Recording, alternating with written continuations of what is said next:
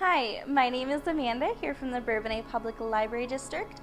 Today I'm going to share some spooky haunted reads with you for this Halloween season. All of the books I'm going to talk about today deal with ghosts, haunted houses, all that fun stuff. So let's get started. So the first book I have to share with you today is called The Sundown Motel. This is by Simone St. James. And it follows Carly, who is a young woman investigating the disappearance of her Aunt Viv, who disappeared from the Sundown Motel in 1982.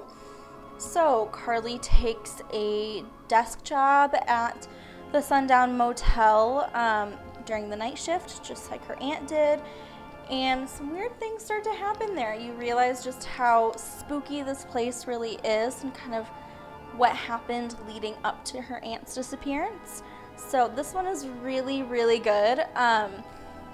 It's not too scary, but it definitely has some good spooky elements in there, ghosts and the like, so definitely check that out. It's really well done. The next book I have is called Home Before Dark by Riley Sager. This book follows Maggie, who 25 years ago, her family fled their home, this big mansion, and kind of in an Amityville horror situation, and her father wrote a book about it, all of the hauntings and different scary things that took place while they lived there.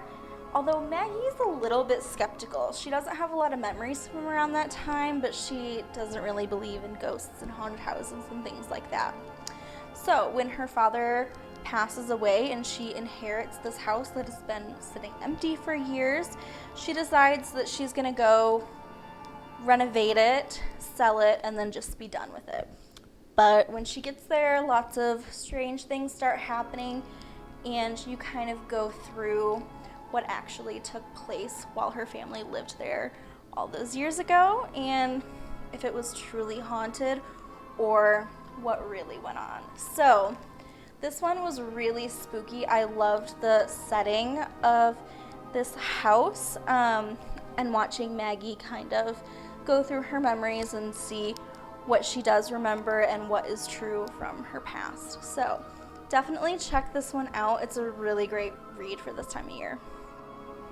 The next book I have is Ninth House by Leigh Bardugo. This book follows Alex Stern, who was recruited to Yale to be a part of Leigh House, or the Ninth House at Yale, and their purpose on campus is basically to keep an eye on the secret societies and keep them in check, as well as handle the ghost problem there. So Alex is the only known person who can see grays or ghosts without taking any kind of potion. So she's really a unique character. She's also a little bit of a prickly character. It takes a little while to warm up to her.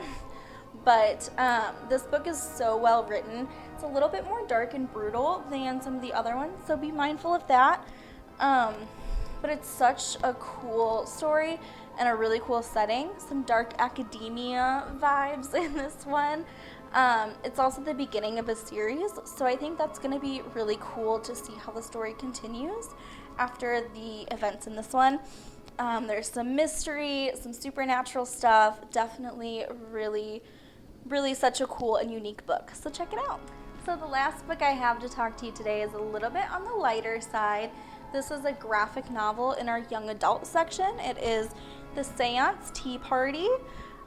This book follows Laura, who is having a little bit of trouble growing up. She is in middle school and she's not really fitting in with her old friends as much. They're kind of moving on and getting interested in different things, and she still wants to play and use her imagination, which is when she meets Alexa, who is the ghost that is haunting her house, and she's very friendly. So the two form this really cool friendship, and Laura kind of uses her to have someone to use her imagination with, and it's a really kind of a beautiful friendship. And it also kind of explores some themes of death and moving on and things like that. So this book was really well done. I think it's something that young adults and adults can enjoy alike. It's really kind of universal, and the art is so beautiful. I just kind of want to show you. Oops. just really such beautiful pictures.